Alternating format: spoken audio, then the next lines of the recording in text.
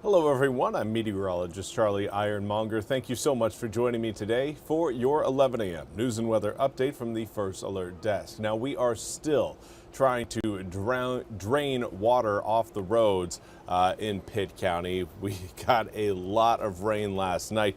Here's a look at some of the conditions that are still present across some of the roads in Greenville.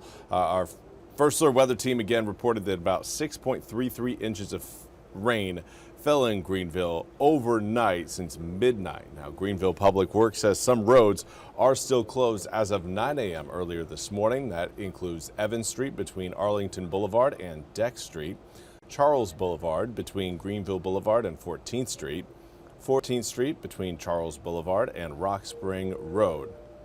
Now, Greenville Fire and Rescue officials say they helped 7 people get to safety this morning at Evans Street and Deck Street at Charles Boulevard near 14th Street after cars got stuck in the floodwaters. Parking lots around Greenville are flooded, including areas on ECU's College Hill campus. Now, activity buses parked on the lot in College Hill are surrounded by water. Greenville police reported several roads experienced flooding overnight. Some of those roads included East Arlington Boulevard and Commerce Street, East Fire Tower Road and East Arlington Boulevard, Golden Road and Southeast Greenville Boulevard, Battle Street, West Arlington Boulevard and Stantonsburg Road, Granville Drive and Clarendon Road, Kempton Drive, along with Evans Street and Clifton Street. Now, the DOT says the following highways are closed: Old Creek Road near Industrial Boulevard, Highway 33 near Briley Road, Moy Turnage Road near US 13, and Highway 903 near Highway 30. Now, rain is likely to again develop later on this afternoon, posing an additional flooding threat as we wrap up the day. So again, the evening commute may be just as problematic as the morning one was. Now, let's take a look at what we've got weather-wise across the east. Currently seeing a little bit of sunshine down closer to the water. This is a view through our visible satellite, and if we turn to our Moorhead City Cam, this is what it looks like.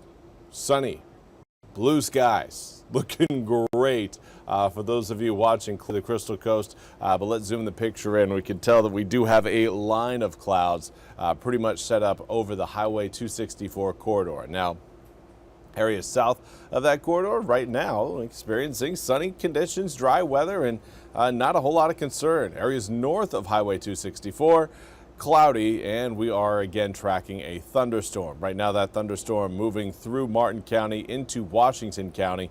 Those of you watching around Phelps Lake, you're probably hearing some rumbles of thunder off in the distance. That system is heading towards you. Will likely be with you within the next 30 to 45 minutes. Current air temperatures right now generally reading in the mid to low 80s. A few of us still in the upper 70s. We've got 73 degrees in Roanoke Rapids, 76 in Ahoskie, as well as Manteo, 77 in Plymouth, 78 in Elizabeth City and Williamston, 79 in Greenville and Edenton. All other area airports right now reporting 80 degrees or warmer. Now, the problem is we're also faced with some high humidity, and that's going to lead to more rain showers coming up later on today. So again, heavy rain is expected because of the high humidity and the thunderstorms we're expecting to see coming up later on this afternoon. Now, daytime highs, they're going to vary. Areas that see a lot of sunshine, areas south of Highway 264, you guys are likely going to make it into the upper 80s later on today. Jacksonville, you guys could possibly even see air temperatures as warm as around 90 degrees. Areas north of Highway 264, though, you're going to be stuck in the cloud cover a little bit longer, and that will reduce your opportunity for mid-80 air temperatures coming up this afternoon. But regardless, it's the rain showers that have our attention, not the thunderstorms. The rain showers will pop back up again as we head towards 2, 3, 4, and 5 p.m. This is a picture by 2, and again, models highlighting pop-up downpours and thunderstorms. Those will be with us through the evening hours, and then we'll have another weak boundary move in late tonight, early hours of tomorrow morning. Once we get done with tomorrow morning, we will likely end up seeing a calmer forecast slowly start to take hold through Tuesday, Wednesday, and Thursday. Thursday evening, though, we will have another strong frontal boundary roll through, which will lead to another round of strong thunderstorms. Coming up for tomorrow evening, it's going to be more heat-driven storms, so those showers and storms will fade once we get past, I would say, once we get past sunset Tuesday night. We will have again a much lower risk of thunderstorm activity in the east. Here's a look at your full 8-day forecast.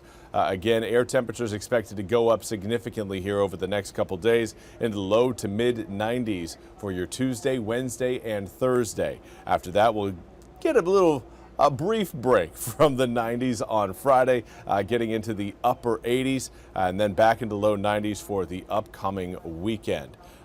Yeah, Charles Langston, monsoon season already. It certainly feels that way with the high humidity. Any sort of forcing that we get, whether that's a weak boundary, an outflow boundary that comes off of a dying thunderstorm, or just an area of low pressure, a weak system kind of rolling by. With high humidity, you can squeeze out a lot of rain in a very short amount of time. Now, again, if you guys see any flooded waters, you're doing any driving today or later on tonight, don't drive through flooded streets. You'll only end up getting your car stuck, water damage to your car. You'll have to potentially get a first responder to possibly help you out of your car, taking them away from another emergency, and probably going to get your shoes all wet. So do what you can. Stay out of the flooded roads in your cars. Turn around, don't drown is the famous saying. Now, we'll have more news and weather coming up right here on the First Alert Desk, coming up at the top of the hour. Until then, I hope you all have a drier end to your Monday than what we had to begin with. Other than that, again, we'll be back here with more news and weather coming up at noon.